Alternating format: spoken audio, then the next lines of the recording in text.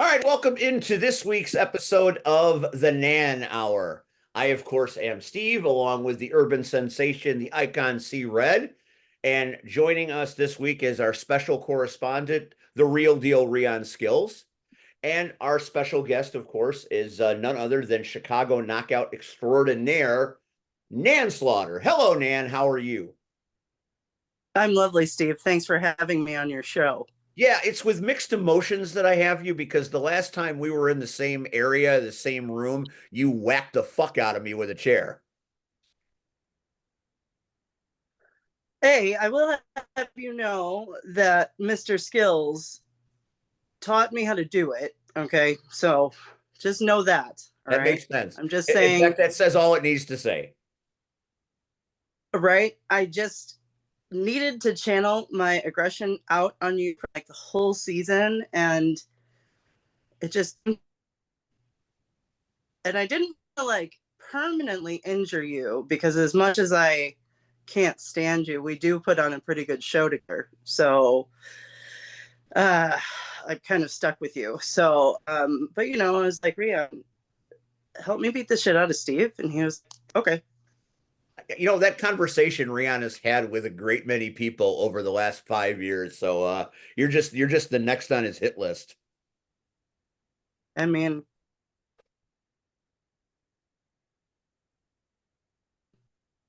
I think Nan froze. Now she's back. All right, she's back. All right. Nan, I think you're freezing and then you're unfreezing. So kind of like your broadcast persona, you're hilarious and then you're mean. It's so different each and every time. I mean, I'm a Gemini, so So am I. When's your God, that's birthday? right. June It was 18th. Yeah, mine was the 12th. So yeah, that tracks. That's why we get along so well and hate each other. We get along. We It's the two sides of the coin. we are the twins. It's amazing. I Okay, heard I'm we back. are the twins, and then you broke up after that. We are the twins, and it is amazing. The Wonder Twins. Indeed, we are. Nan, I want to know how you got into roller derby because that's where I know you. That's where your legacy is from. You're a punk rock punisher till the end. Where did the desire to be a roller skating icon come from? I ponder this often. I officially joined roller derby in 2018 with the previous known Ileana Derby Dames, now going by Ileana Roller Derby, I believe. So I used to play for them. Before that, in 2006, when I moved to Chicago, I knew about roller derby and I had never watched it before, but I knew I loved roller skating. And this looks pretty cool. Let's try this. However, in 2006, my much younger self said, Self, don't do that. It's too scary. And there's too many new people, and it's going to be weird, and you can't do it. So then 12 years later, I was like, well, now I'm now it's really do or die. And I didn't die. So here I am still. So you went from 2006 until 2018 trying to figure out if you were going to do it. And then in 2018, boom, here you are. I pretty much decided in 2007 it was not something I could do because, like many a young person, when you turn a certain age, you get married and you get a big kid job and you get a house in the suburbs and you have to, do other things instead of playing roller derby. Well, unbeknownst to me, I could have done all of those things, but the time and stars aligned in 2018. It's ironic. We have very similar stories like that. It takes you want to do something and it takes a long time to get to the point where you feel like you can do it. And then you do it and you're like, well, I could have probably done this right along. So I understand that very well. And there's a picture Rion's got up right now. That is a picture of badassery indeed. There's a lot of There's a lot of shenanigans in that look right there, and we have seen that look result in many a ass whooping on the track. Shenanigans. Yes, indeed. Shenanigans. We got to accent the nan in Oh, that. it's Yes, always capitalized. Yes. always capitalized. Yeah. What brought you to the Chicago Knockouts? I mean, you started, with the Derby Oh, days. Or how did you get here? yeah. So I was with the previously known Dames, 2018 to 2020. And then when everything shut down, there was this like break in community kind of. Not for the team, for me. Like it was, I'm a germaphobe, so like 2020 was bad for me. I bet. And I had just found my community and then I was losing them again. So I kind of fell off for a long time. However, shout out to leader lady Ray Rosado. She was on the Dames with me and she texted me one day and was like, "Hey, let's be quarantine buddies." And I was like, "What the hell does that mean?" And she was like, "Well, I'll look out for you. You look out for me. I'll shoot you a text. You shoot me a text." And it's like, "Okay, weirdo, let's do this." So we were quarantine buddies the whole time. I have stories. I won't disclose them. All PG We're related. all about stories here. All PG related. I assure you. I don't believe that for a minute, knowing the two of you. Well, we're bosom buddies. So, anyway, 2020, I lose my job. I've lost Derby now, and Ray is like the sunshine in my life, like reaching through, and is like, "Hey, come pour beer at my brewery." And it's like, "Oh, you're so kind." I don't know how to pour beer at all. I don't know how to talk about beer. I'm from St. Louis, Missouri. Shout out to Nelly and the St. Lunatics. We drink Bud Light. I Full disclosure, I used to drink Bud Light with olives in it. If someone came to Rabid Brewing and ordered a Pilsner and said to me, "I would like you to put olives in my beer," I don't know that person would survive the storm, like. Well, now you make me want to do it. I know. And like, do they even offer a Pilsner at Rabid? We do offer a Pilsner. It's Lycan, American Okay, so Werewolf. that's the Pilsner. Okay, well, that's what I drink anyway at Rabid. So, hey, I can mix in a few olives. Listen, it's good. It doesn't need the olives because Lycan's already got the bite. Don't get me started on the. Anyway, that wasn't even on purpose. I just wore that to my day job. Anyway, so now you're a beer aficionado. Have you become a beer steward in your time at Rabid Brewing? I'm looking for my credentials, which I can't find. Are you right like a pour mistress or something? Is there a clinical term for it? Yes, I have. I have credentials that state that I am an Illinois Craft Beer Guild brewer. Documentation. I showed when we went to Beer Under Glass. There's a special zone where only brewers and VIPs get to go, and I was doing Wayne's World like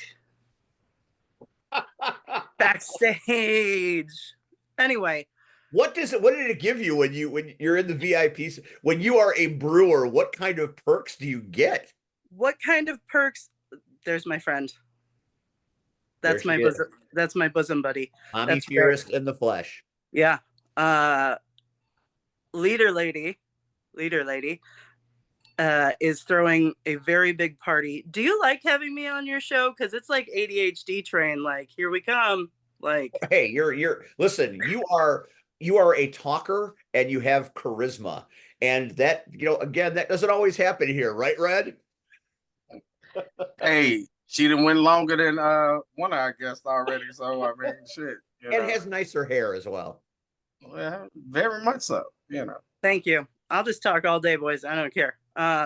Also, shout out to Ray, who, when she hired me to be the security guard on the first night back from COVID lockdown, okay, Rabid was able to throw a party in the beer field with, you remember you used to have like groups of 6. You weren't supposed to have more than groups of 6 together. There were like, they all had to be separated by distance. Yeah, there were numbers and there were, the places you had to be. Anyway, I was like, you want me to run security at this party? You have a 6'5", 275-pound giant redheaded man who looks like he could just rip somebody's throat out. Like, you want me to run security? And she was like, you know how to talk to people.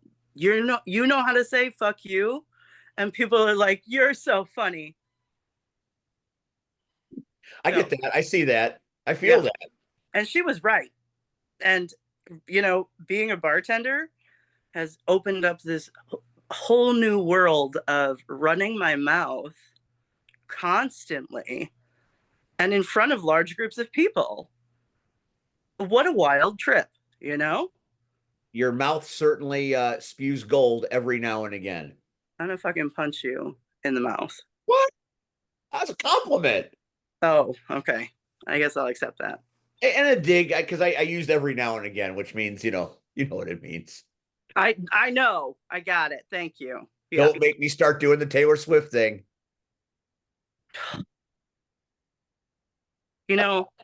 Speaking of minors, I'm saying that because at the minors bout that we both announced together, shout out to the real stars of the show, the ZK minors. Yep. Those children do not give a fuck. They do not give a fuck. You see that one all the way on the left in the light blue shirt? Yep. She looked like somebody you know. She does.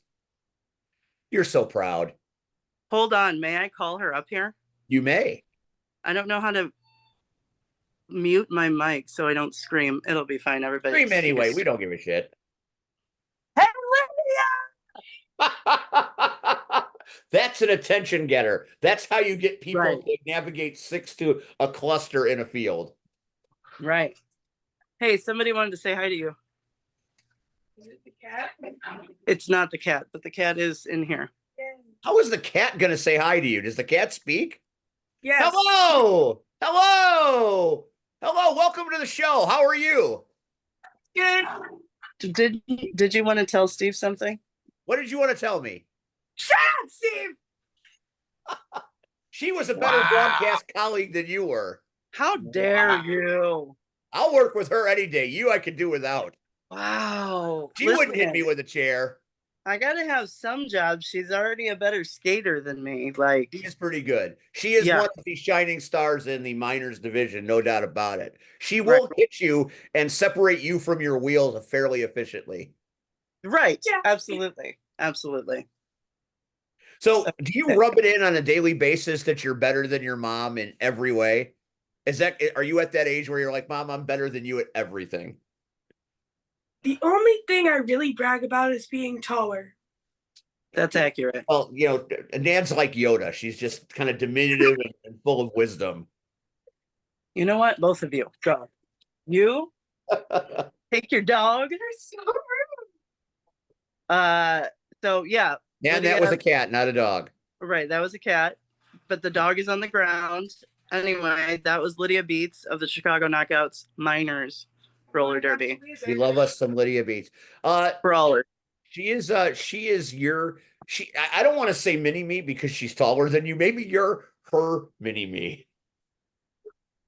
I can't believe you just said that. I'm gonna hit you with a chair again. Oh, behave. Indeed. Well, hey, you know what? I love when the proud mom knockouts come on and talk about their children because it's great. Cactus does it, whenever we're talking about the knockouts. So we're well versed in Hazel and what she can do. But when Marley's on here, she talks about hers, and whenever we have one of the knockout moms with a minor, it's good for us. And we've had the minors on before. We had a whole minor show, which once things get started, back up, before the end of this show's run, I'd like to do it again, and maybe Lydia can be one of our guests of honor. Oh my God, she would love it. She would love it. You think I love a microphone? This world is not ready for this. Oh yeah, she took your seat, took your mic, and dressed me down quickly. I know. I almost did shut up because she told me to. She was running the show. She was running the show, indeed. Transitioning to commentary, you seem to have done that pretty seamlessly. I work in different places with different commentators.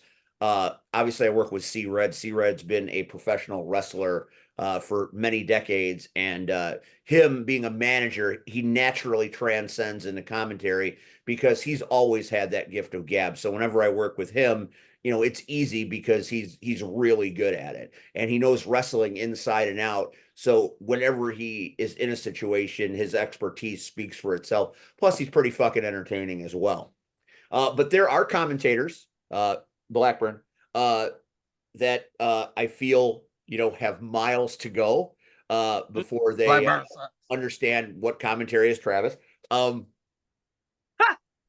did you make the transition so easily and be so goddamn entertaining? Well, I got news for you and probably a good amount of people. I didn't start bouting until after I announced for the first time. Okay. So actually, technically, I transitioned to playing. So you were a commentator before you skated? Yes. Before I skated in a bout, yes.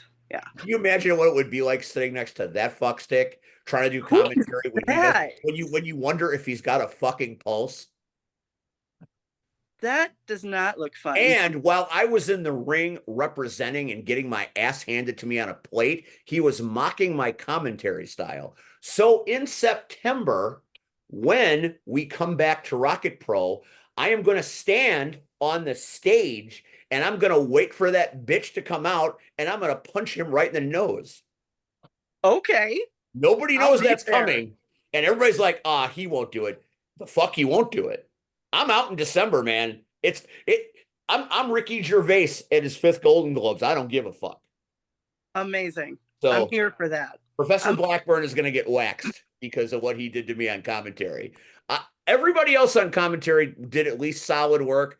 All he did was mock me the whole time. Bitch will pay. He looks like a penis. Looks like a gym teacher that violates children is what he looks like. Oh, dear. Yeah. Yeah. Hey, real quick. Don't defend him. Don't defend him, Rion.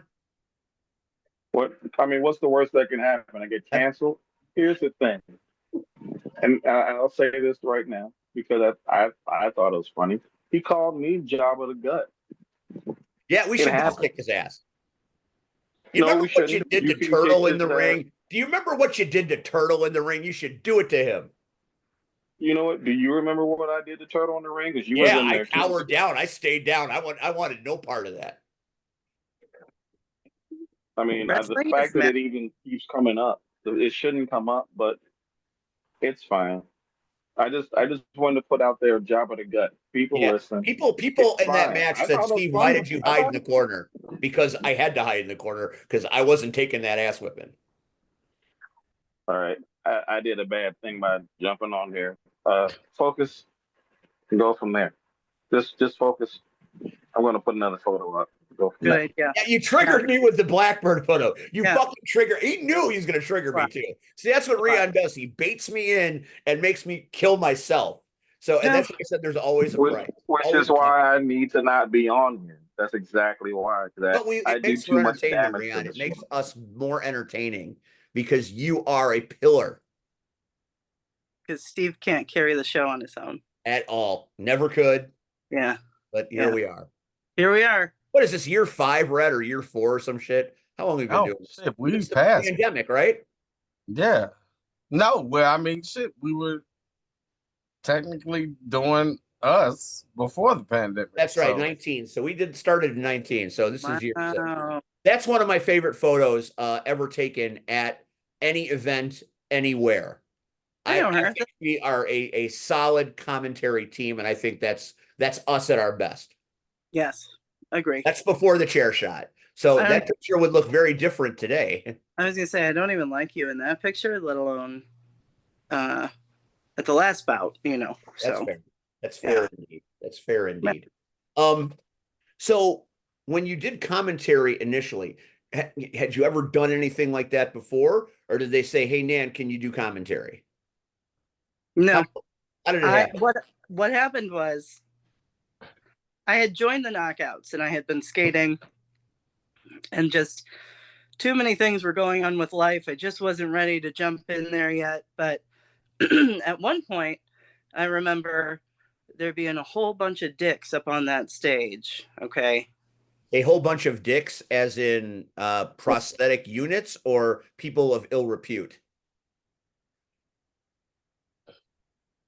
All of the things that you associate with a dick, all of those things. There's too many of them on the stage. Okay. Because I got that rabbit insight where we were out back at the party throwing dicks at bullseyes and stuff. So when a rabid brewing person says dicks, I mean, the connotations are endless. You know, I don't know what you're talking about. I've never been at that sort of party at Rabbit. Lies, just bold-faced lies. Anyway, oh, they were probably yours. No, we did not. No, listen, we didn't do the dong toss at my birthday party because what sense would that make? That's fair. It makes. Yes, I'm going to retract that last statement. Indeed, that makes very little sense. Yes, and I love her so much, so I will not go down that road. Made me laugh. I thought it was funny. Made me giggle. You know what? I'll take that because there's nothing I love more than seeing Mr. Rion Skills giggle. It gives me such joy and warmness, and it, like, I don't even get that anymore, you know, because it's dead. But Rion giggling, quality times. Yeah. And to our knowledge, he still hasn't turned into a vampire. So you've got to question Slayla at this point. That was a wild time. Never thought I'd ever see anything like it, but there we were. Yeah. Well, so yeah, I had never announced before. I had never spoken in front of a crowd. I had never speech class in college. Okay. And I think Rabbit was gearing up for Goat Queen 2022 or maybe 23. And we had all just started watching WWE because Rhea Ripley had started in the WWE. What is Rion doing? That's Rion throwing penises.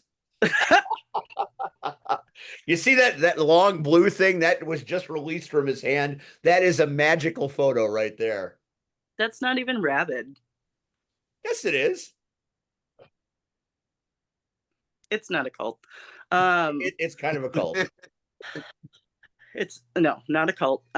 So speech class in college. I always wanted to be a radio DJ, and was distinctly talked out of that by one of the professors at school. He was like, "You won't get paid anything. Go do something else." It's like, okay. Wish I had that advice before I spent $9,000, but that's neither here nor there. So there you go. But anyway, I started getting mad at Rhea Ripley today. We can talk about that later. But there were too many dudes commenting on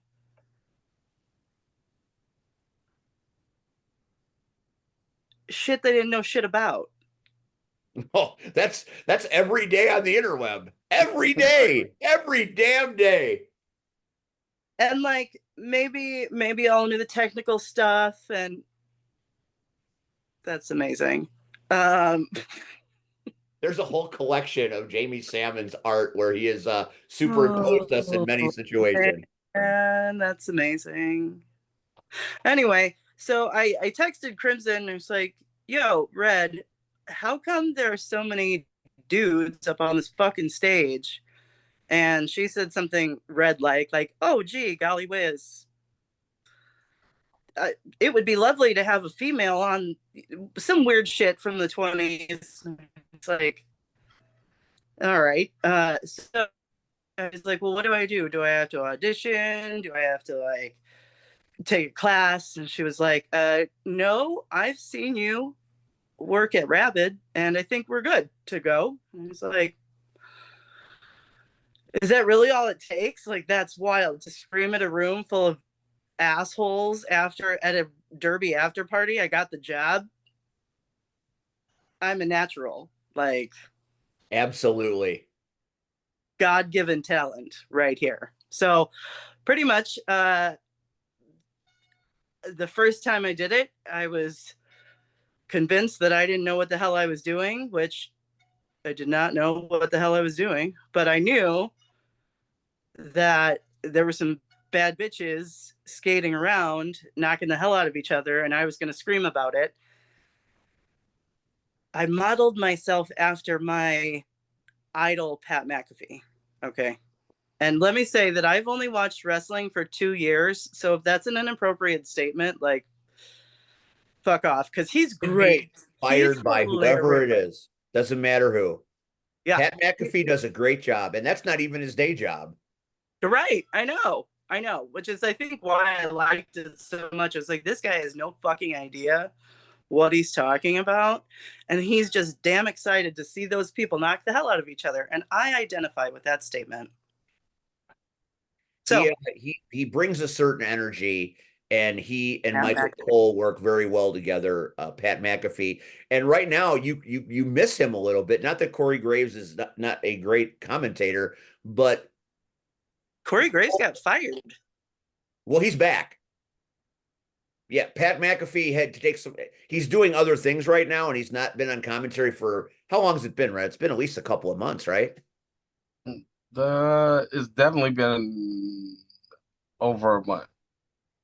It's over a month. Okay. So Graves is back right now, and they say McAfee has the week off. They keep saying it every week. I'm wondering how many weeks he gets off. I wish I had that kind of vacation, but it's not like That's really McAfee good does vacation. WWE for the money. No. Why would he do that? It's all for the love of the game. It's the love of the game. That's why we do it. That's why we do it, Steve. That's why we do it. It makes sense now. You and Pat McAfee, because you're very much that character in the roller derby world. Pat McAfee is just he's football tough. So when the wrestlers, get when there's a situation where he has to assert himself, they can't really fuck with that dude, because that dude as a punter blasted people, and so he's got that street cred and that quality toughness from his former career, and he marries it very well to the professional wrestling business. There's no doubt about it. Which is why I think I should be in wrestling.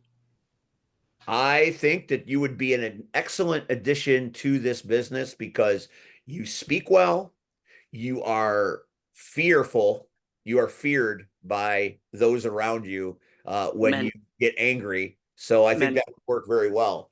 Yeah. Mm-hmm. You got to come out to IPW. I want to do more independent wrestling. We went to, what show did we go to assist you? That was Rocket Pro. Rocket Pro. Okay. I want to go to all the shows. I'll just be there. Aren't there some all-female shows coming up? We have one in Wisconsin called Liberty Bell. It's a Frontline Pro show where it's all women. In fact, I wasn't even supposed to be on commentary. I thought they were going to get. We have a woman commentator, Annie O'Neill. She's wonderful, and I thought they were going to get Annie a female partner for the show. But I guess that didn't pan out, or something happened, and they called me up and said, "Hey, can you do this show?" I am going to love to do it, because every woman that's on that roster, I have called matches for before. So I have got a great working knowledge of what they do well and their characters. So I haven't been this excited for a show in a minute, because I feel like I'm very prepared to make it great. Because I've worked with all of them over my history. In fact, I just announced Angel today as being a participant. She is the first wrestler I ever interviewed at my first show when I started back in 2014 at PCW. So, it's great that the lineup starts with my beginning up to right now with Josie Valentine and Rory Shields, who I'm just working with for the first time. So I'm very excited to be a part of it. I'm glad they're letting me do it. Okay, I have a question. Yeah. How did you get started announcing? Okay, so we talked about me spending a lot of money to be a broadcaster. I too wanted to be a radio personality. I wanted to do afternoon sports drive for ESPN or the Score.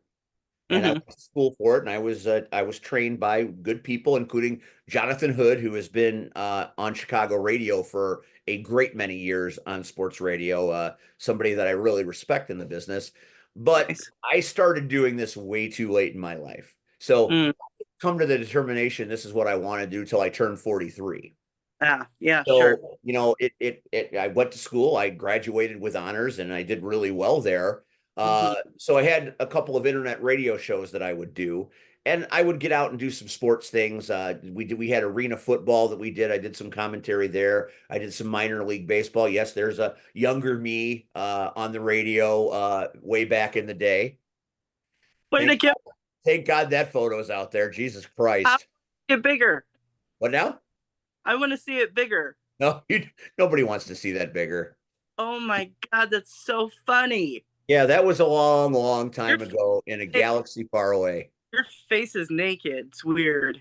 Yeah, well, that was before the days of the goatee and now the beard. But in those days, of course they had to make it bigger. Why not? Appreciate that, Rian. Rian's always got my back with the knife in it. But I see it now. I see it. They would send us on assignments like any radio station would. So I went and I interviewed Ernie Hudson of the Ghostbusters. I went and I did high school football sideline reporting. I went and did UIC baseball. There's a good shot of Rian, another club. See, Rian felt bad for a second, decided to put himself out there, which is great. I appreciate that. So I did a few things. I did. There was a indoor football team. I believe they were called the Chicago Blitz or something like that, not to be confused with the USFL team.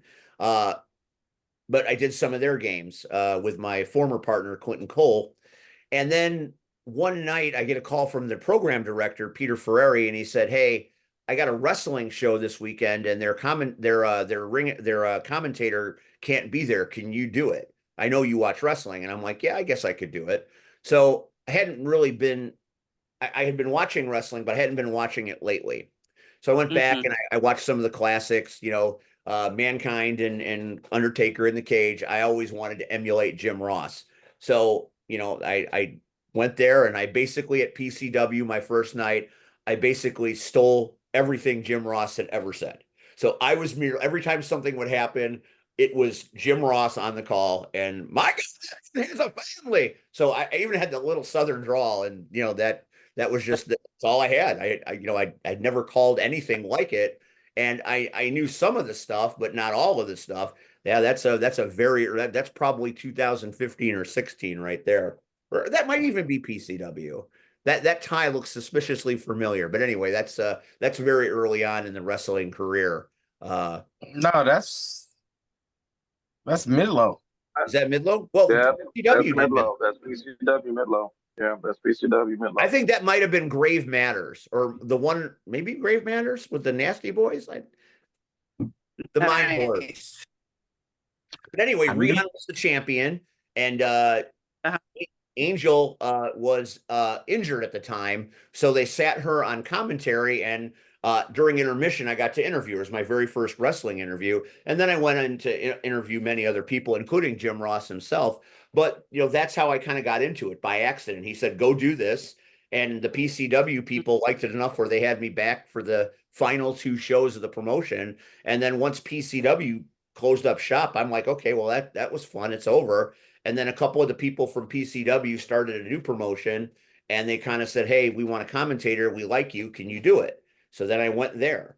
And then when the company I went to closed down, another company said, "Hey, we like you. Come here and do this." And it just kept every time I would go to a company, it would close shortly thereafter, and I would just go on to the next one. But now I work for places that have been around a while, and I haven't caused any issues. That's me doing commentary with Road Warrior Animal. That is a highlight of my career.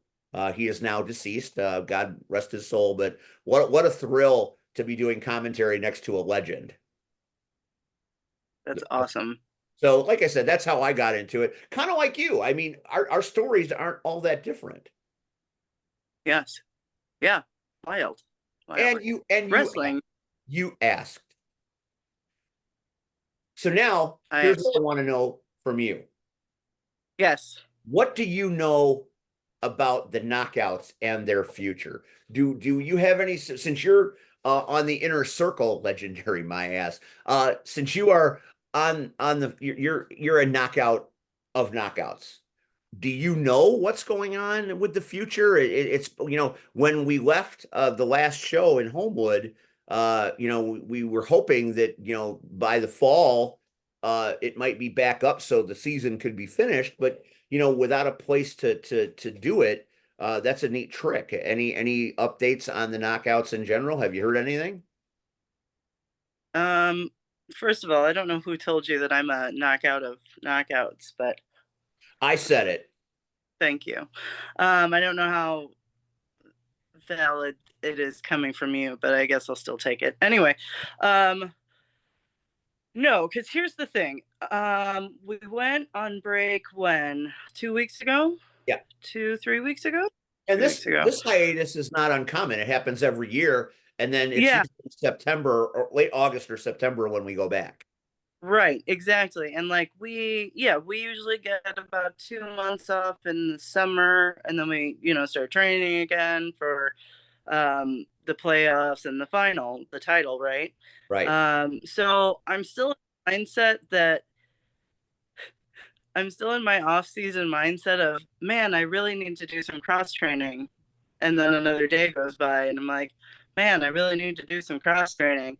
And then all of a sudden we're back at Derby and I'm exhausted and why do I do this to myself every time? But so your question, do I know what's happening? I do not, because in my mind we're just on summer break and I don't need to pay attention to anything until somebody texts me and says, hey dumbass, we're going. Uh-oh, I think we just lost her. No. Red, I know roller derby. Hey, there she's back. Just a little magic trick. Just a little magic trick. You gotta say abracadabra first before you pull that shit. Oh, sorry. Is that a new Lady Gaga song? Abracadabra before you pull that shit. Maybe it might be. I go all the way back to when Steve Miller did abracadabra, but that's many moons ago. Oh, I see. We were on different wavelengths there. Well, not necessarily, because I believe she sampled that song. Really? Yeah, so I think that song has the sample of the older song. Okay, all right. It's then and now kind of sandwiched together with a bit of a Gaga flair. I'm gonna look into that because I think you're a liar. But there abracadabra. Oh no, wait a minute. I'm sorry. Eminem used abracadabra on his comeback song. Oh yes. So I knew it was out there, but it's not Lady Gaga. They are not the same person. They are not. And neither of them are Sabrina Carpenter either. Correct. She likes espresso. Indeed, she does. And young fans at her concerts. Okay, I don't know what that means, but I'll take. All right. Hey, it's all over the TikTok. I don't know how to use TikTok very well, but I have seen it.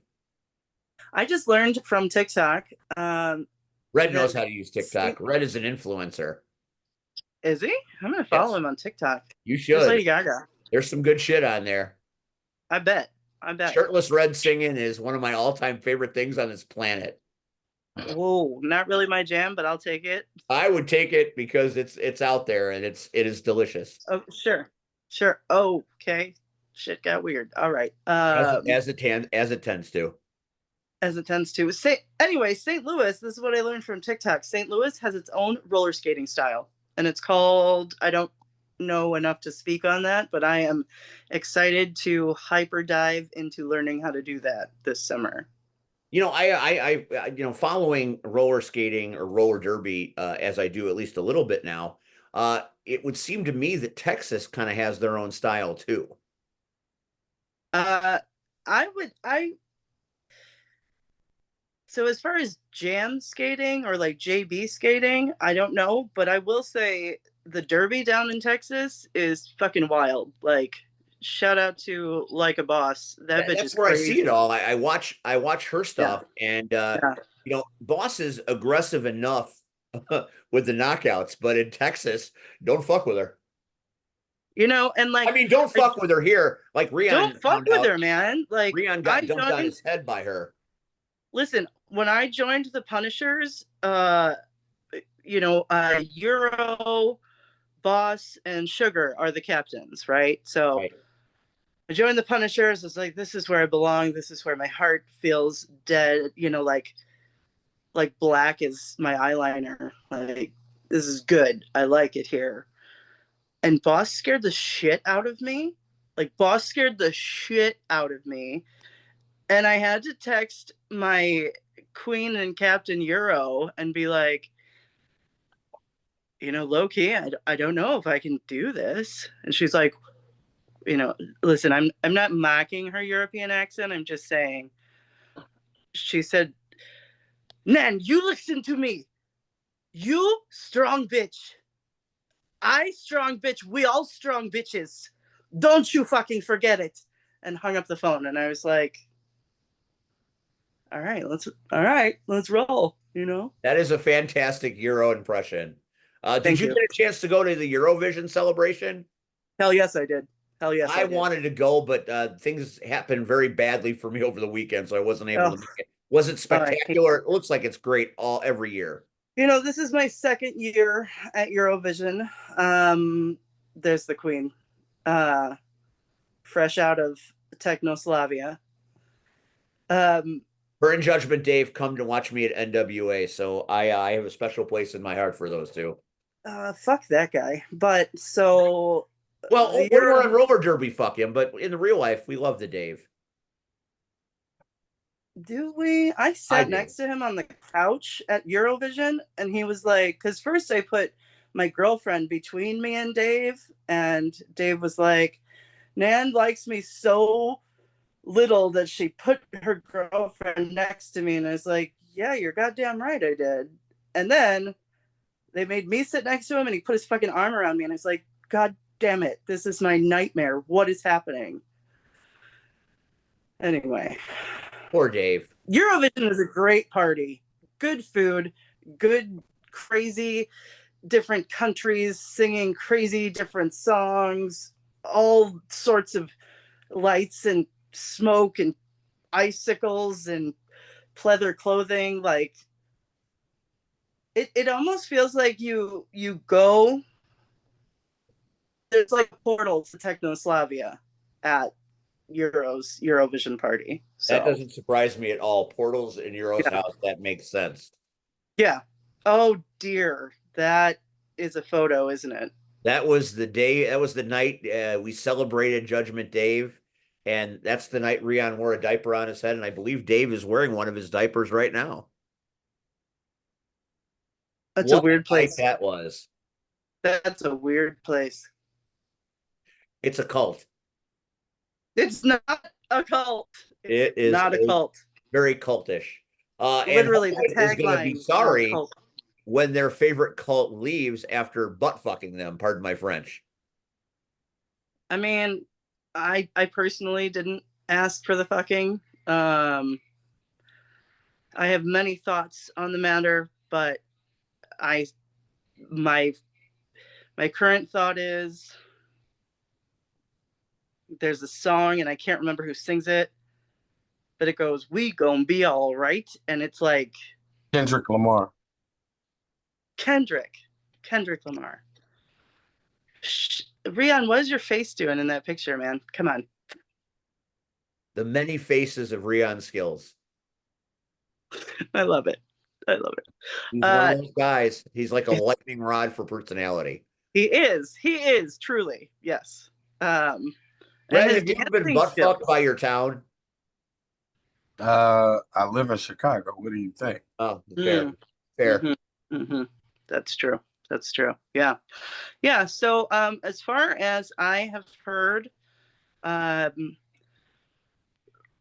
Rabid is physically going somewhere at some point, but not spiritually. We're gonna be around, you know. It's an iconic place where iconic people live, and cool things happen there. Feast of the Goat Queen is coming up.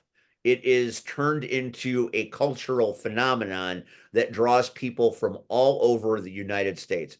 Red is looking at it like, what the fuck is the Feast of the Goat Queen? Can you kind of sum it up and give us a synopsis on what's to come and why the kids should go to Rabid Brewing for the feast? Well, I will tell you what I tell all of my Friday evening, 7 p.m. to 12 a.m. shift folks. Were you voguing? I was. I was shouting out to the regulars. Beer, baby goats, and burlesque. Red, so your kind of party. There's something for everyone. There's something for everyone. Wrestling, it's a bizarre. There's wrestling there. No, there is not wrestling. It is. There was last year, right? What is it called? Something combat. Oh, that's right. It's got a different name. Combat theater. Combat theater. That's it. Get the lingo. Yeah. It's not wrestling. Like I said, I haven't been to one yet. All I have heard is that Rion got frozen and then got warm and then got frozen. Steve, you keep bringing me up. You need to pay attention to this one particular part as far as the combat theater. There isn't going to be a wrestling scenario with this. Combat theater is going, at least from what I remember of it, is going to be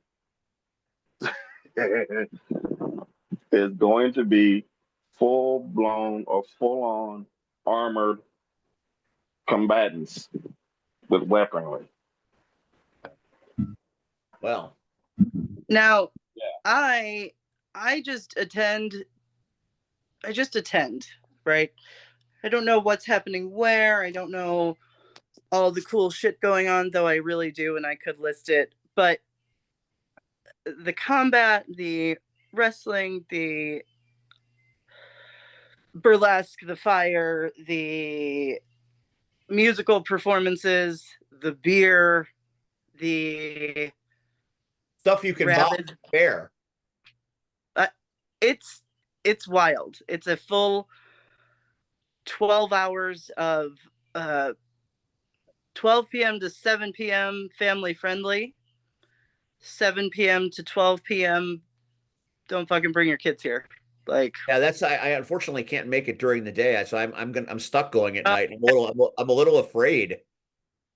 That's a shame, really. Good Lord knows, all the debauchery is going to be over in the first half of the day. But I thought you said 7 to midnight was the adult time. That's exactly what I said. So the debauchery is going to happen with the kids there? That's not what I said. I said I was being sarcastic. God damn it. Please keep up, okay? Seriously. I know that my sarcasm is so much that people actually believe what I'm saying. I did. But I need you to keep up, because then you had me confused, and no one wants that, okay? Jesus Christ. How do you guys deal with this guy? Go ahead, Red. We love him. Well, that depends on who you ask. There's Rion's dad. I love that dude. Look at that guy, and look at those eyes. Look at that guy. That's Papa Skills. That's the great one. The great one. And Rion's got his nose crinkled, which is, part of his charm. Part of his charm. So Feast of the Goat Queen coming up in a few weeks, always, and they had so many, like people were traveling to this. It was an event. Correct. I remember talking to Ray and to Tobias, and they're like, man, we had people coming from like Seattle, Washington. That's a long haul to come to a 12-hour party. And you know what? Worth every fucking second. Yeah. So we're going to find out this year. If you are out. I'm not going to find out. I've been there. I found out. You've been there. I'm going to find out. And maybe people that haven't been there. What's the date of Feast of the Goat Queen? July 26th. July 26th to Saturday, starting at noon, going till midnight, 12 hours of chaos, 12 to 7, bring the kids, family friendly, after 7, not so much. But boy, if you've ever been to roller derby and their 18 and over show, I can't imagine it's much worse than that. Can I? Anyway, I have stories from last year that, what happens at Goat Queen stays at Goat Queen. Oh, speaking of RollerCon in Las Vegas, all the folks are at RollerCon in Las Vegas. Right. And our own Cactus Rack tied the knot to Hot Rod Daddy Andy. Congratulations. Hey, I was hoping that she would pop on tonight. Just to say hi so we could congratulate her. But what a weekend that must be for those kids. Yeah. No, it's a whole week. Like whole week, yeah. Yeah, they went, well, whatever. But so they got married and now they're gonna do the RollerCon thing. Crazy people. I'd be exhausted. But we're happy. We couldn't be more happy for Rachel. Seriously, it's a great moment. Andy's a good dude, and like I said, we wish him all the best. Well, she'll be back on the show eventually, and then we'll give her the proper love. But we're so excited that this happened. Do you think Andy's new name is going to be Mr. Rack? I'm gonna call him Andy Rack. Yeah, you kind of have to. Yeah. So it makes sense. I mean, you certainly. I was wondering if he was going to take her last name. That's what I said, Mr. Rack. Yeah. Yeah. So I'm thinking that you can't box Cactus into a corner. She will not allow it. She's too fucking tough. She hit me with a fucking chair twice. Yeah, I enjoyed that. It was very fun. It hurt. I had a bruise. You had the last laugh, so don't be bitter. I did. I totally did. It's fine. All's forgotten until the next time we're on the track together. So last week, C-Red and I did a show where all we did was talk about music and movies. And I liked it so much that we are going to extend this week to week. So we want to know, Nan Slaughter, what are your top 5 films and top 5 musical albums? Okay, so I'm just gonna go with currently because you're trying to weasel your way out. I can get pretty close, but I can't. I've got too many. Those are very fluid concepts. They change like the weather. So I get that better than anybody. And Red went deep last week. Red was pulling some shit out that I never even heard of, and I thought I knew Red pretty well. Okay. All right. So I'm interested to see. Let's start with your movies. Look at that graphic. Tell us a lot about who you are as a person. Okay, but good job to Mr. Skills on the graphics for this. That's great. It's very professional here, you guys. I love it. Hey, when Rion's here. When Rion's not here, it's a complete shit show. Oh, that's fair. I think I've been there but Rion was with me, so it was a good segment. I can't. All I can do is press record and hopefully tape it in the right place. Sure. Okay. All right. If I had a producer, this would be so much more entertaining. You think so? I think if we had graphics and we look at Rion. Oh, sure. Okay.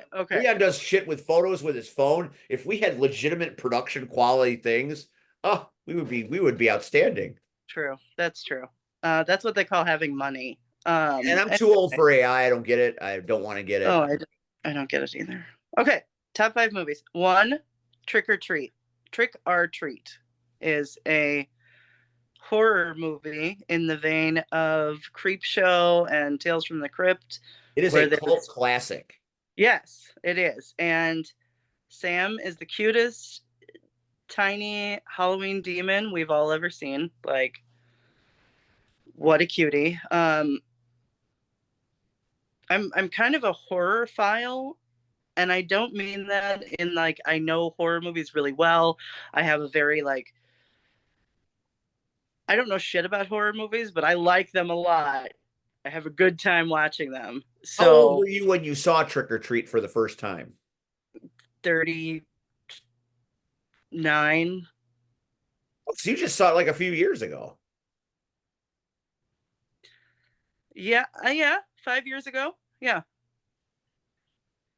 Well, hey, some people, you know, we had other guests that picked Trick or Treat as well, and they had been with them for a much longer period of time. But it's not the quantity to swallow. What made that? What about that film made it pop for you? Sam, the little demon. All it takes is a little demon. All it takes is a little burlap sack wearing demon guy with a lollipop he kills people with. Like, how cute is that? It gets no better. All right, so you're off to a hot start. Trick or Treat. Okay, so classic. It shows you think outside the box. I appreciate that. Okay, next, I'll just throw a curveball here. Annie from like Little Orphan Annie? Yes. 1982 Annie. Oh, that was the that I call that HBO Annie because that was at the dawn of cable television. Yeah. So Annie was on 16 times a fucking day. Annie, Rocky 3, Annie, and then Porky's at Night. Okay, that I never saw. There's Annie. Which the sequel with Annie had a sequel? No, Jamie Foxx. Jamie Foxx played Mr. Warbucks. Oh, the reboot. I'm like, there was an Annie too? What did she grow up and adopt somebody herself? Back on the streets. She stole all of Teddy's Warbucks money and invested in pork bellies and soy futures. And McDonald's, yeah. And so McDonald's. Went under real quick. Anyway. Yeah, Annie, that was okay. Wasn't great. I give it a little bit of that's fun. I'll probably never watch it again. But you know, good time. 82 Annie is your jam. 82 Annie is it. That's the show that made me decide I was moving to New York to do anything as long as I was moving to New York. So you were moving to New York to go live in an orphanage so you would be adopted by a bald white man. Hey, I love it. Why not? I mean, I guess things could have been more. No, in this day and age with OnlyFans, I feel like that's probably a realistic goal. Sure. You know what? I don't like that we're crossing children's movies with OnlyFans. Let's move on. Also, classic Labyrinth. That's the David Bowie film. Yes. Yes. Tell me why that one. That's an interesting one. That also is very cult classic-y. Well, there is a trope going around the queer community that if you watched Labyrinth in a pivotal time in your development, you came out bi and or queer. Like you just came out queer. It gave you the gentle nudge into self-realization. Right, because David Bowie wearing beautiful makeup and his blonde flowing hair, there was some, there was some things happening, and it was wild. Bowie through his whole career was very androgynous. Yes, right, exactly, and he was able to pull it through in Labyrinth as well. Like, Jim Henson is one of my all-time favorite creative artists. So anything he touched. I have never seen this film, so I've always meant to. I just never have.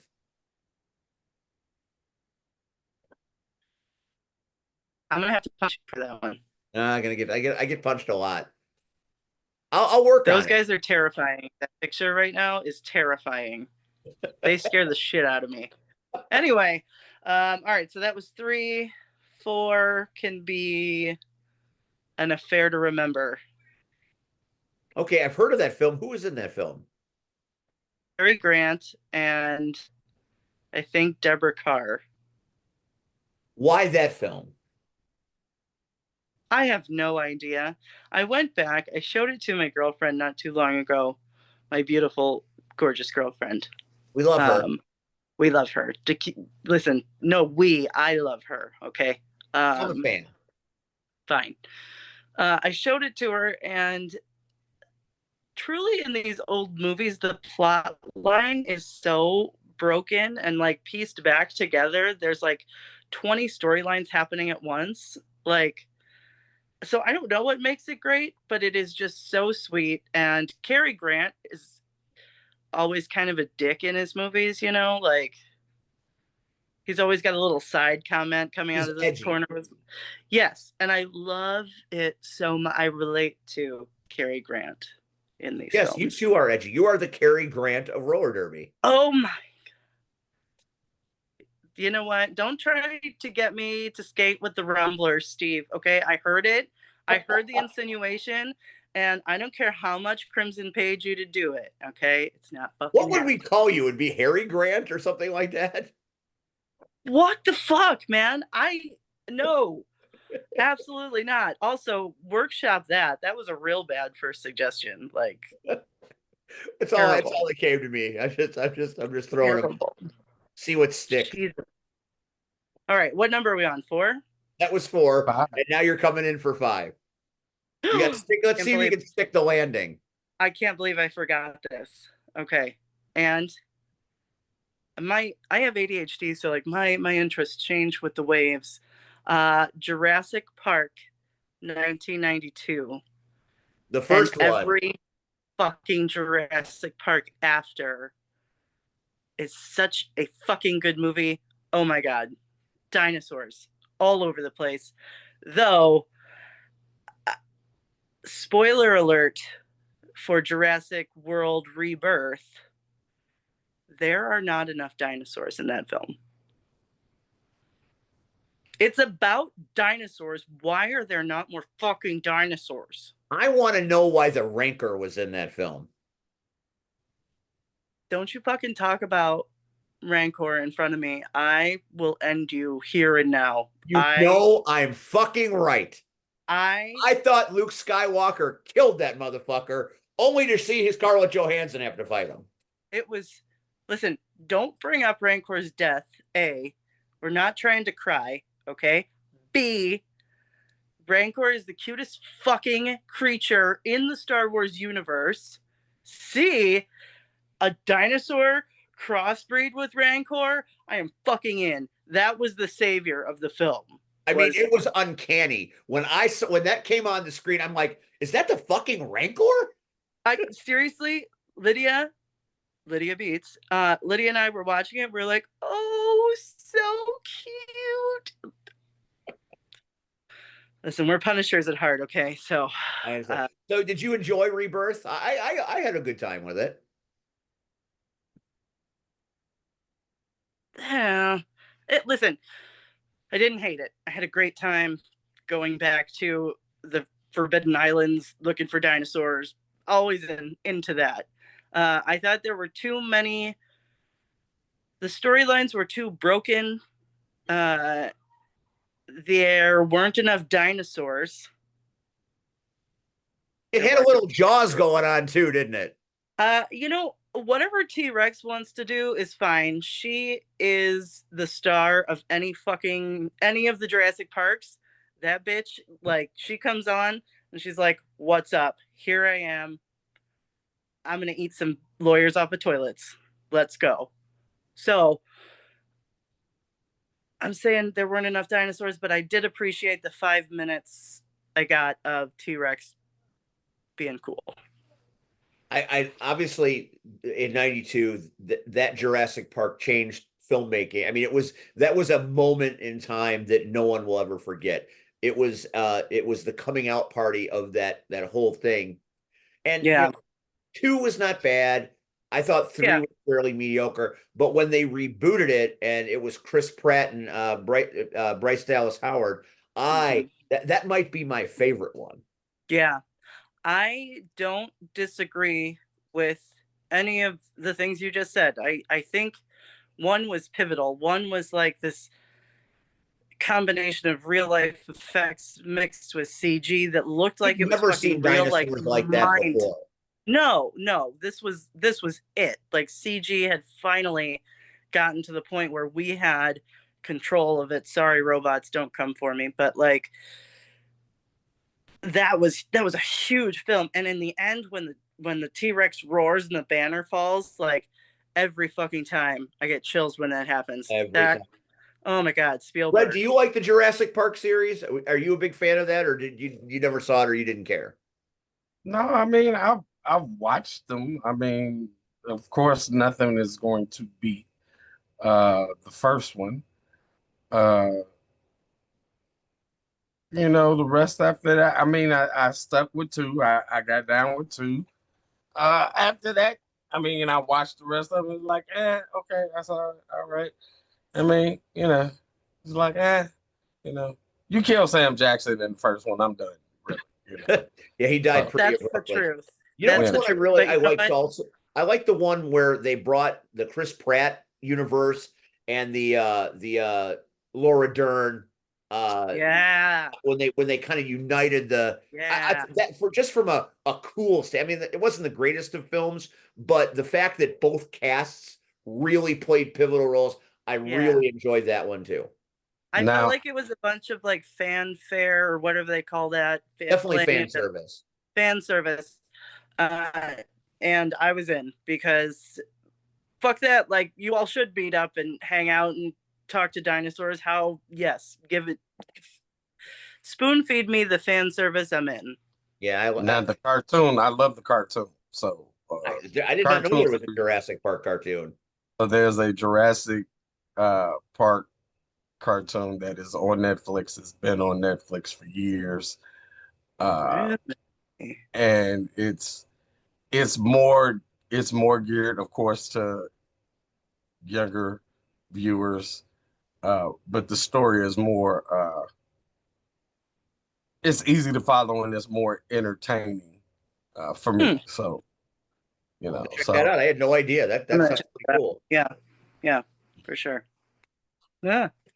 That was a pretty eclectic batch of movies you had there. You had everything from horror to blockbuster to rom-com from the 50s and 60s. You had a mixed bag of everything. Shit, that is a rom-com. I don't really like rom-coms. But like, I mean, from what I know of it. Yeah, that's true. All right, so it shows you have many tastes, which is what I know of you anyway. What about the music? Bare your soul. Okay, I'm gonna do it. Fuck it. Nothing's more punk rock than owning your fucking music. Okay. So in no particular order, my 5 albums that I'm taking to a desert island is okay. Love it. Go. Rumors by Fleetwood Mac. That's a strong choice out of the gate. That is a historic record. Very impressive. No, I feel like I can listen to that album over and over again, and I have for the past 10, 15 years. Let me ask you this. Did you become a fan of Rumors because Rumors was awesome, or did you get Rumors when Fleetwood Mac reunited and did the dance? I feel like the songs from Rumors were the ones that I don't ever remember hearing the first time. You have those songs like some songs you remember where you're standing when you hear that song, but for Rumors by Fleetwood Mac, like I feel like I just came up on that, and so it was just embedded in there. And then when I found them again, I was like, holy shit, this is earth-shattering 40 years later. So yeah, Rumors was huge in this. I mean, it was a giant record in the 70s, no doubt about it. It basically was the coming out. I mean, they had done great work up to that point, but that was their big moment, the Rumors album, and they always tried to live up to it after, and they never quite made it again. Yeah. And then they reunited in the 90s to do a live show, and they had a live album called The Dance, where they were playing a lot of stuff off Rumors. And when that happened, they became big again. And because I worked at a record store at the time, and when The Dance came out, I could not keep the original Rumors record on the shelf. We would order 20 a week, and I would sell out of it, and I'd be like, well, I should be selling more of The Dance, but people would hear that shit and they would go right after Rumors. So a lot of fans saw The Dance because it was everywhere and were like, man, that is some good shit. And then they went back and bought Rumors. No, I think it was just kind of always there. I always remember the album art.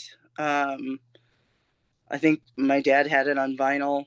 I was really brought up well with vinyl. I knew how to run the records and turn on the stereo, which sequence you had to do it in to get it to work. Because God forbid you couldn't listen to your music. Like, no, thank you.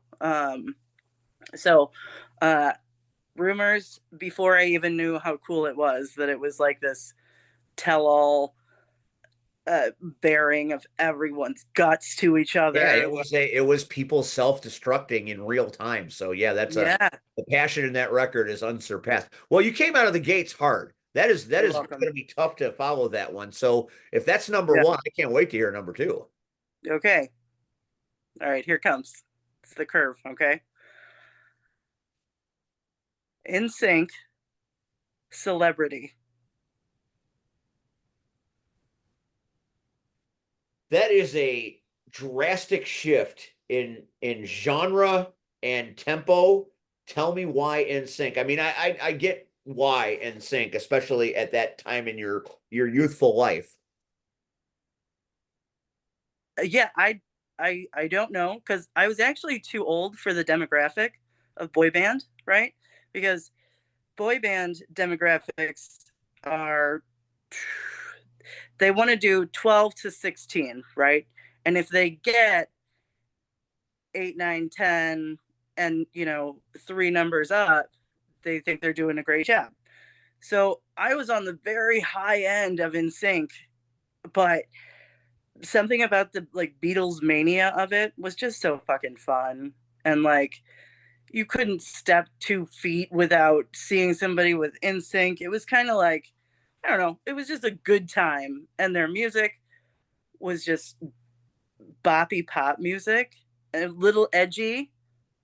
And their dances were so fun to learn. We used to learn the dances in high school and college. And I will tell you that in my senior year talent show, I played Chris, the man with the dreadlocks, in sync when they first started. In a lip sync segment we did. There is video. What's the song you did? Tearing Up My Heart. Okay. Yeah. That was like their first. That was their breakthrough hit, wasn't it? It was. Yes. Yeah. Wow. Right. And Who's your favorite NSYNC? Joey Fatone. That tracks. Especially nowadays, that makes all the sense in the world. Joey Fatone. I hear a lot of people nowadays saying JC Chavez, however you pronounce that name, was the heart and soul of NSYNC, not Justin. How do you feel about that take? I feel great about that. I really, living through it was kind of like watching WWE. Like, it's so dramatic. It's like a soap opera. And you're like, oh God, why are they fighting now? Oh Jesus, like Brittany and Justin are breaking up again. Like, just who even knows how they do it? There's a formula. Good for them for making millions. But yeah, I definitely think JC was actually writing songs, interested in music. I think Justin knew he had really good skin, blue eyes, and muscles. Look at Fatone though. Look at how cute he is. So You're cute. gushing. You're gushing. I am. He sang me happy birthday on my 40th birthday. Wow. Yeah, there's video. That's amazing. I invite Right. him. I haven't invited him recently, but I usually invite him to my birthday party at Rabid. He hasn't showed up yet. Joey Someday Patel. he's gonna walk in and shock the shit out of you, and that'll be hilarious. I'm gonna cry and pee my pants at the same time. Yep. All sorts of moisture. Okay, so we've got Fleetwood Mac and NSYNC. Oh yeah. Okay.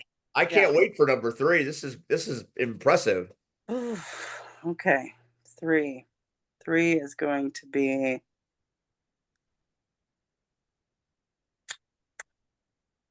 man, this is the hardest game I've ever played.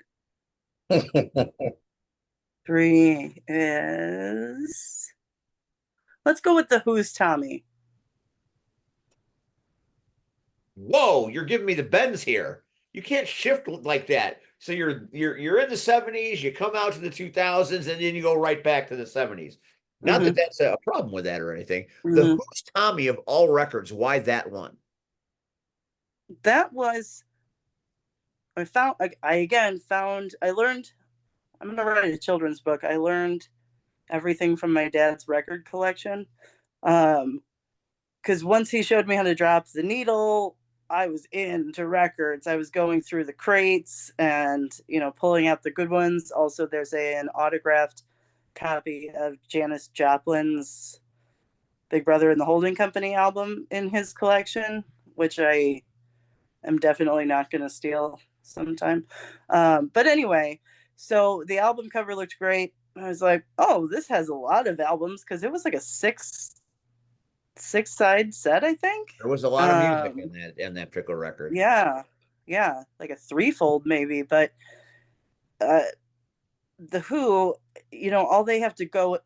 I think Tommy starts with that dun dun dun dun dun, and they get you, and you learn it's a rock opera. And for any theater at heart kid, it was like, hit the gas. This is the greatest fucking thing I've ever heard in my life. Now, should I have been listening to it at 13 or 14? Songs like Uncle Ernie, Acid Queen, did I need to see Anne Margaret riding a hot dog and pork and beans spitting out of the television at her while she was riding a satin hot dog? Probably not. But, Anne Margaret, we should do top 5 women sometime. Anyway. So, Tommy, great album. Then I did go see the musical. They made a musical out of the rock opera. Also good. Pete Townsend wrote the music for the revival. Pete Townsend is one of the great rock and roll storytellers of all time. Whether it be Quadrophenia or Tommy, that man knew how to tell a story with music, and he's continued that in his solo career. He did an album called The Iron Man, which is one of my favorite records. If you like Tommy, seek out Iron Man by Pete Townsend. It's very Tommy-esque. And there are a couple of tracks on there where Entwistle and Daltrey play with him on this record. So it's a pretty cool. Oh, nice. And it's based on a story that actually became the Iron Giant from Disney. You know that? Are you familiar with that film? Yeah. Oh, that's crazy. Hogarth is the character in the Iron Giant movie, right? Yeah. Hogarth is the character in Pete's rock opera. So my gosh. Disney caught this record that he put out, and 3 years after the record, it was Iron Giant in the theaters. It's very similar. Oh my God, that sounds amazing. I'm going to check that out. It's really cool. It's a great record. And then he followed it up a few years later with an album called Psycho Derelict, which is a very difficult album to listen to because it has got some very intense subject matter about a rock star that's gotten too old and is very it's very hard to listen to it because it's a very autobiographical thing. I was going to say, Pete Townsend's life, I feel like he does try to put a lot of himself into his music. It's not a pretty story. And, Tommy, I listened to it at like 13 or 14. Tommy kind of changed my life a little. Like, I don't know how to explain it. It was just like, okay, I'm not It alone. opened sort your of thing, mind to Yeah. different possibilities, as great music can often do. All right, so Right. Yeah. that's three. What could possibly be four? I should have been thinking about this whole time. Come on, it's your desert island. What can't you live I without? know. Red, when I Red don't did think his you. list last Oh, week, okay. it blew me away. He's so look at how handsome Pete Townsend is. Oh my god. Anyway, number 4 is going to be Nelly, the self-titled album from 2001. Wow, going down to a little dirty. Yeah, Dirty South. Yes. I can't speak. I have heard Nelly many times. I think Nelly is a very interesting artist. Red, what do you say when she talks about Nelly's first album? How do you feel about that? I smoked a lot of weed to that album. So Yeah. um and the irony is before we went on the air, I'm now watching the Nelly and Ashante story. Just because that shit is wonderful. Um, so, but now this is gonna like fuck your mind up. I like Nelly better when he does country. Me too. Me So, too. one of my favorite Nelly songs is "A Little Bit." One of So, my favorites is the one he does with Darius Rucker. What I can't remember what it's called right now. Little Miss Drive Me Crazy. yeah. That's the So, one. Nelly, I love Nelly's vibe from back then. Like the Saint Lunatics, all of it is good. But when he tuned into that country style, it's like, God, this is it. well, again, for me, it was the whole over and over again. Like, I'm like, what the like, there's no way. Yeah. And Yeah. I mean, but then for me, I listen to the words and I'm like, oh shit, I can relate. And then it's just been like him doing different collabs with different people. But to me, best ones are always country. And when I heard a little bit, like I don't put a lot of shit on my hard drive for my car, Mm-hmm. but that had to make like no other Nelly song made it in there. That song had to be in there. So it was like, and I know people like, huh, what? And I'm like, yeah, you don't understand, but I mean, it's Right. like, Yeah. It's so good. He's for as much shit as he got in the 2000s for being like too sellout or too soft or whatever, like whatever, it was good fun. He always had really good fun lines in his rap. Like I was just listening to a song off of Murphy Lee's first album, and it's called Red Hot Riplets. And Red Hot Riplets is a chip brand, potato chip brand in St. Louis. Okay. So this song is just the St. Lunatics singing about Red Hot Riplet chips and Kool-Aid while sitting outside. Like, shut up. This is so clever. And the beat is good. Fuck everybody. I don't care. I always enjoyed "Shake Your Tail Feather" from that era of Nelly with Murphy Lee. I thought that song was you feel how you want about Diddy, but that song had that brought all the intensity. yeah. Do you know who loved that song the most out of anyone on the planet? Who? Fred Bird, the St. Louis Cardinals mascot. Every time they would play that song, that bird would jump up on the top of the bullpen and shake some tail feather. bless. It was a good time to be a Cardinals fan. It was a good time to be from St. Louis in the early 2000s. The Cardinals were on fire. Nelly was it. And Still had the Rams. still had the Rams. That's right. We won the Super Bowl that year. Very It was good. a wild fucking time to be from 314. And I'm blessed to have experienced it. Represent. Nelly also is responsible for Florida Georgia Line even being relevant in the music landscape because they released that song Cruise in the country world and it didn't do shit. As soon as he mixed it, it was #1 across the world.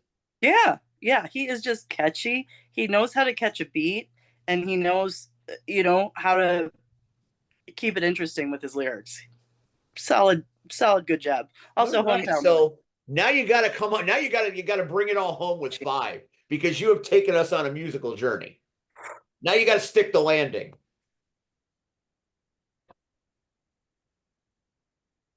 Man.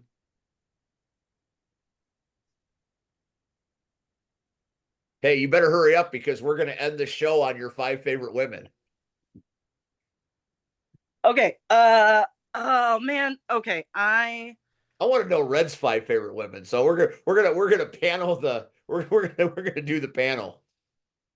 Of that. Okay. Last one is.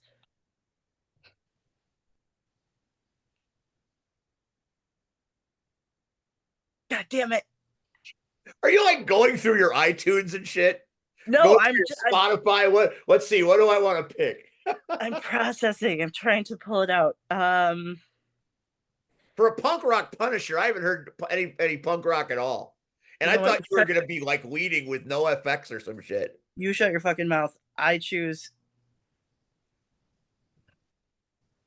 Susie and the Banshees. Oh, that's like so underground. That's like punk before it was punk. Susie. That was like punk goth, which is right. Great. Which is where I live, Susie changed my life when I heard her sing. It's like, who the fuck is that? And then it was well past the time I should have been listening to Susie.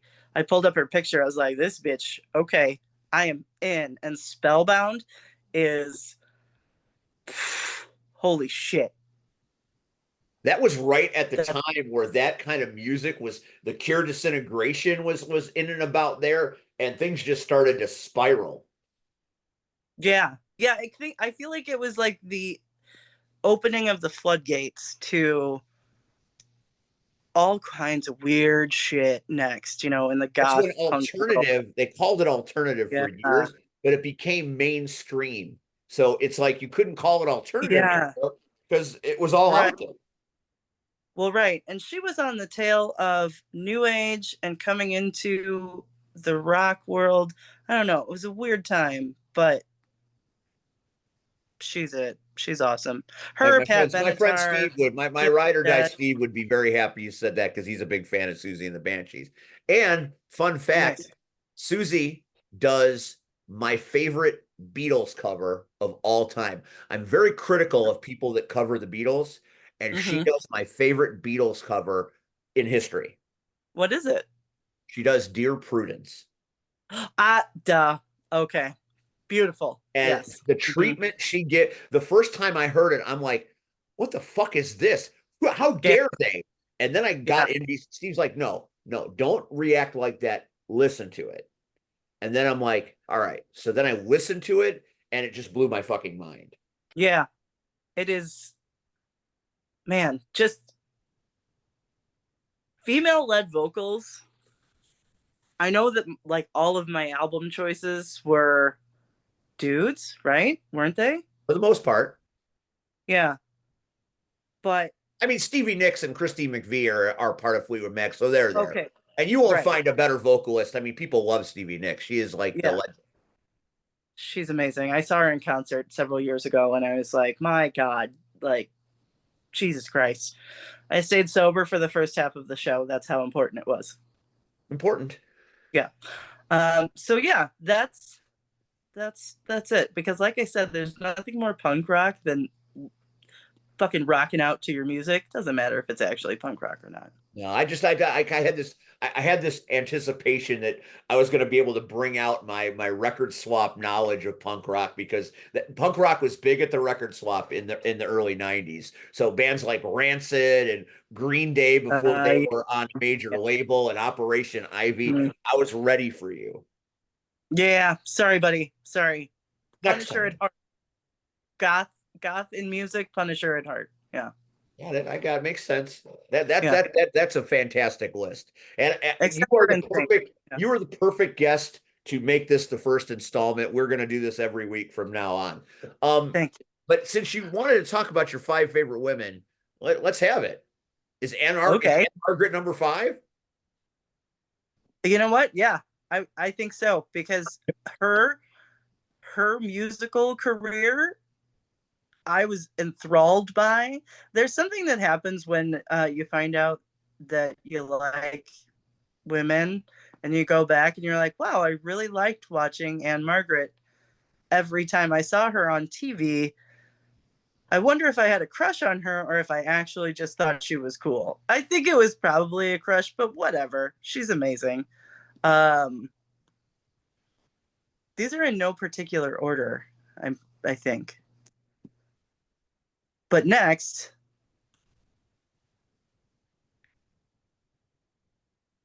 Stevie Nicks is in there for sure. I chose her for Fleetwood, but I have a Stevie Nicks tattoo. Oh I don't know my. if you could see it. Wow. What made you get that? The spirit of Stevie Nicks came to me and said, do you know what you need is... Channeled it. Yeah, she said, you need a belladonna vine on your arm. I was like, you got it, Stevie. Let's roll. Okay, next, Elvira. Okay. Ha ha. Yeah, for sure. So Elvira and I came out at the same time. Elvira had written a autobiography in 2020 or 2021 where she told the world that she's been dating a woman for the past 40 fucking years. And everybody was like, the sex icon that every man is in love with is fucking lesbian. It's like,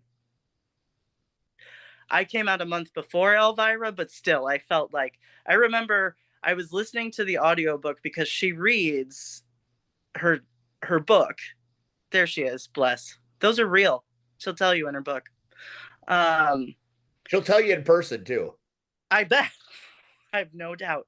But I bought the audiobook because I knew she read it, and it was so beautiful hearing her tell all about her life and her story. And then at the end, just being like, and my partner for 40 years, I don't know that she was not like necessarily not out, but it definitely wasn't, no one knew.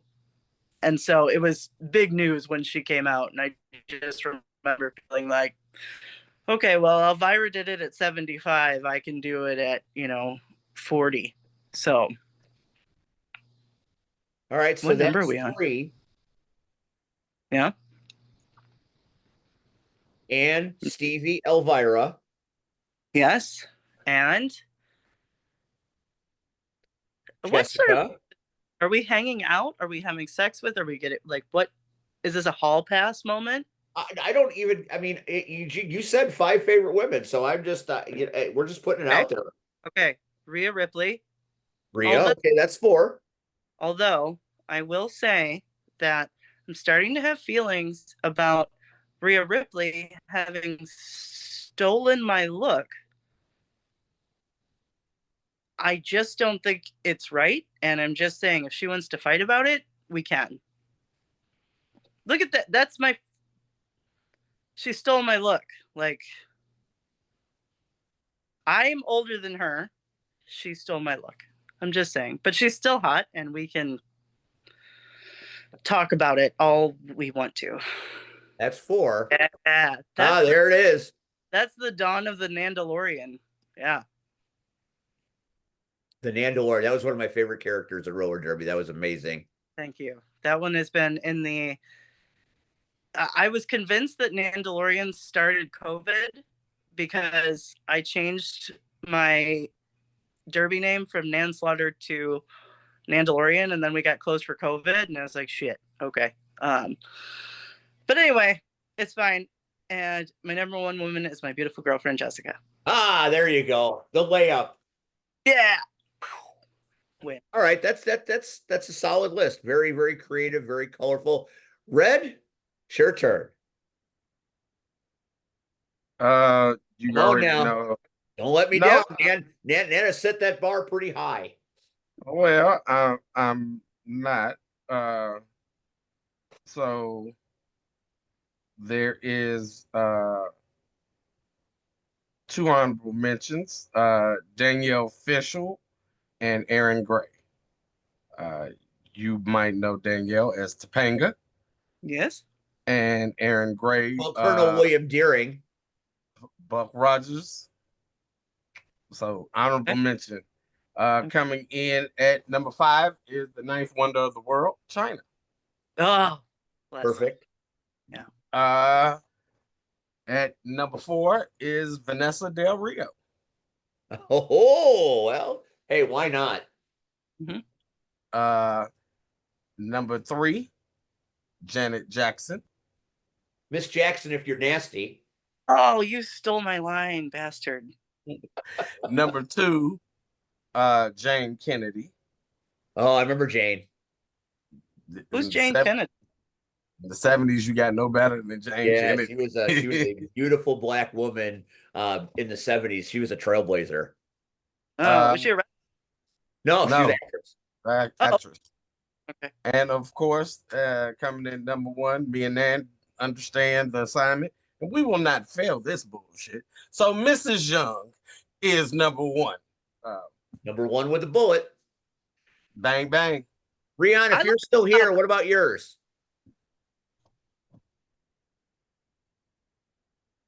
No, I'm cool. I've done enough work today.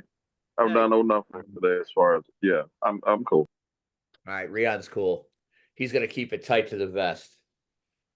Nice. Oh, what a fun show this was. What a fun show. What a good time you guys have, huh? We try to have a little bit of fun. Yeah. Thank you for coming on and being so candid and so fun and so refreshing and playing games with us. I love it when somebody comes on our show and talks like we do and just has a good time like we do. After a shitty day, it can be really refreshing and revitalizing to just talk amongst friends and have a good time.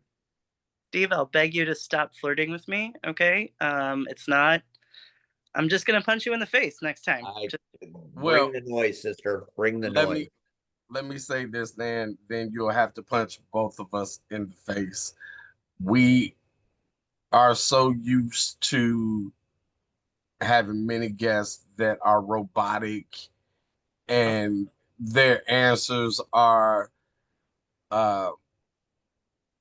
I'm not gonna say dry, but the way that I guess they deliver them are so dry, and it's almost, it's funny. CGI was mentioned and AI was mentioned, and that's a lot of times how we feel. We get done with somebody, and it's like, yes, I became a professional wrestler. And I mean, it just comes across so dead. Like, they say they're happy to be here, but it doesn't feel like there's any enthusiasm whatsoever. That's wild. That's wild. You came in tonight and you were yourself. You took over the whole show.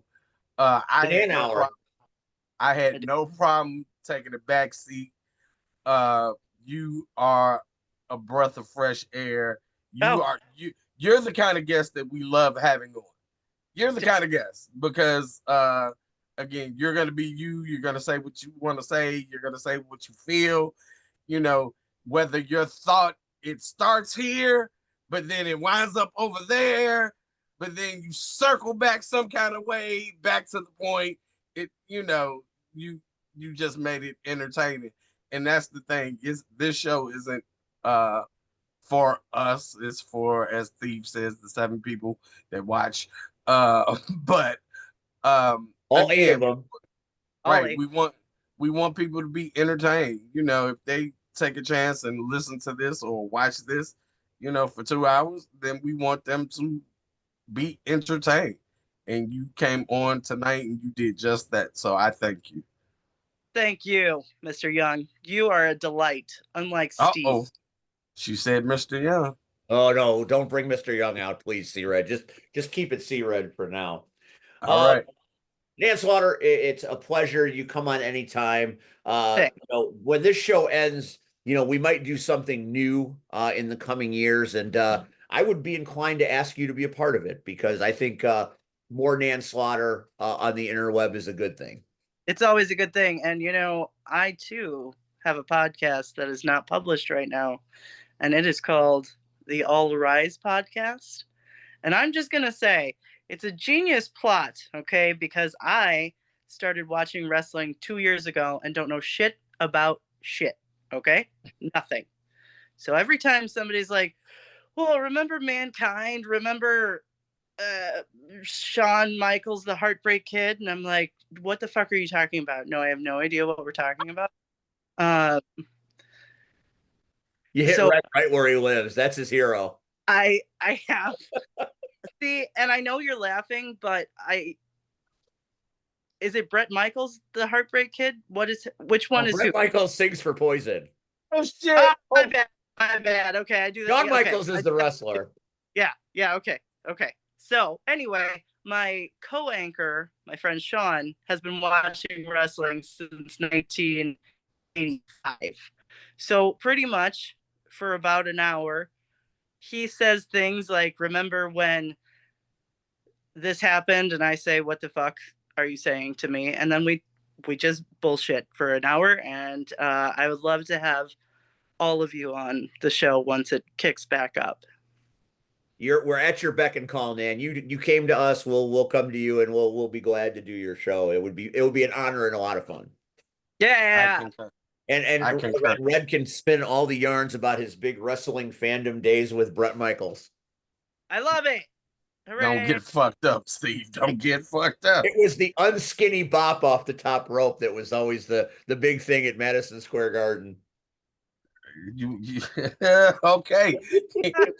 Nan is gonna hit you, and then I'm gonna hit you. And as long as I get hit in the end, everybody's happy. Next week on this show, we will have Nick Hedford, who will tell us about the big benefit coming up for Eric Priest, Gone Too Soon. So don't miss the Power Hour next Tuesday. For C-Red, for Rion Skills, for the effervescent Nan Slaughter, I'm Steve. Thanks for watching, and we will catch you next week. It won't be the Nan Hour anymore, but we can only do that so often. Good night, everybody.